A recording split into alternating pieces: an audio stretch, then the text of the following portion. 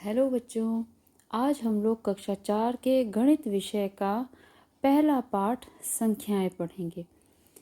इस विषय के अंतर्गत हम लोग समझने का प्रयास करेंगे कि अंक क्या होते हैं।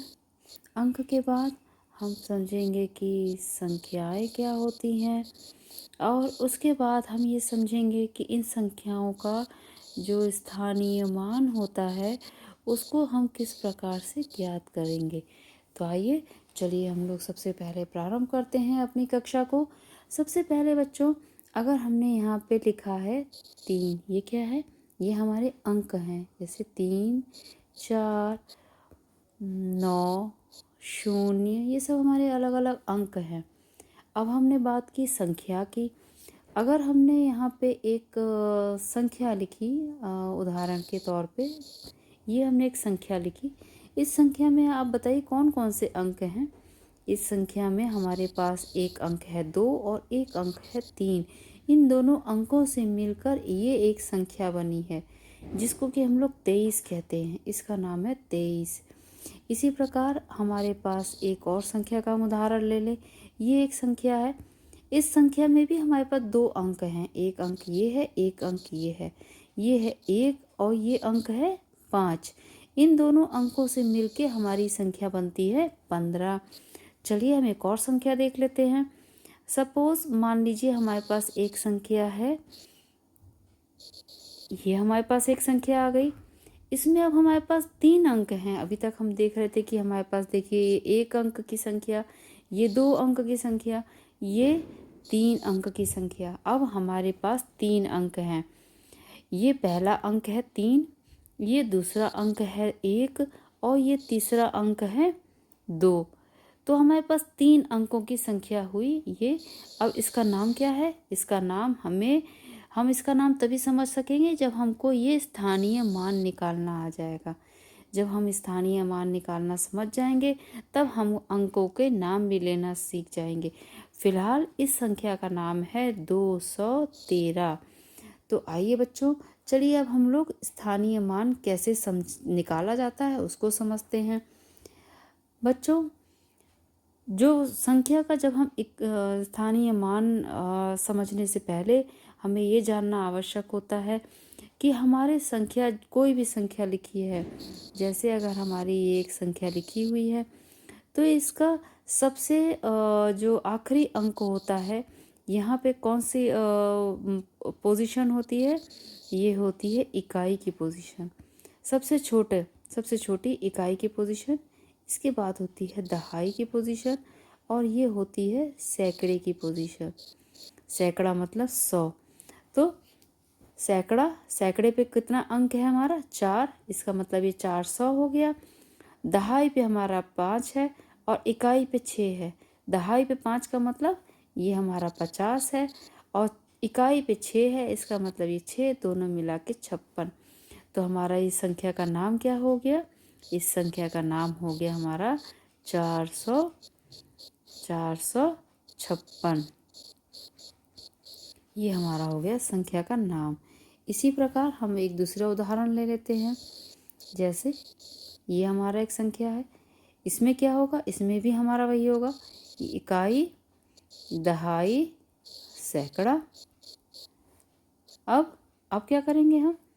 ये सैकड़े पे हमारे कौन सा नंबर है? 8। तो ये क्या हो गया? 800। और उसके बाद हम इन दोनों नंबर को, जो दहाई और इकाई पे होते हैं, इन दोनों को हम पढ़ेंगे। तो ये कौन सा नंबर है हमारा? ये नंबर है हमारा 13। तो क्या हो गया? ये 813। तो बच्चों, आप लोगों को समझ में आ रहा है हमें किस प्रकार से स्थानीय मान और उसका प्रयोग करते हुए शब्द, ये जो संख्याएं हैं, इन संख्याओं को नाम उनका लिखना कैसे लिखते हैं हम। इसी प्रकार हम एक संख्या ले लेते हैं 5, 6, 3, 9। अब हमने देखा कि ये 4 अंकों की संख्या हमारे पास आ गई है। तो 4 अंकों की संख्या में अभी तक तो हमने 3 अंक समझे थे, इकाई, दहाई, सैकड़ा। अब हम 4 अंकों को समझने का प्रयास करते हैं। 4 अंकों में अब देखते हैं, जैसे हमारा ये बन गया इकाई, ये दहाई, ये सैकड़ा, और लास्ट में हमारा हजार। समझ में आ रहा है आप लोगों को? ये हो गया हमारा हजार। अब ये हजार हो गया। अब हम हजार की जो स्थान है, हजार के स्थान पे कौन सी संख्या लिखी है? 5 लिखी है। तो हम यहाँ क्या लिखेंगे? 5000। बहुत बढ़िया, 5000। सैकड़ा के स्थान पे क्या लिखेंगे हम? 6 लिखेंगे।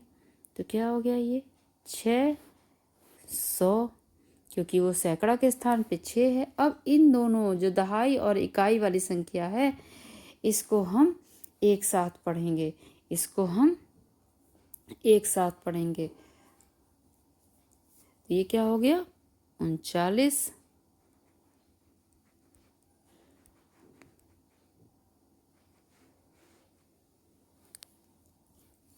ठीक है, तो ये हमारा संख्या का नाम हो गया। आइए चलिए एक बार और हम समझ लेते हैं इसको। जैसे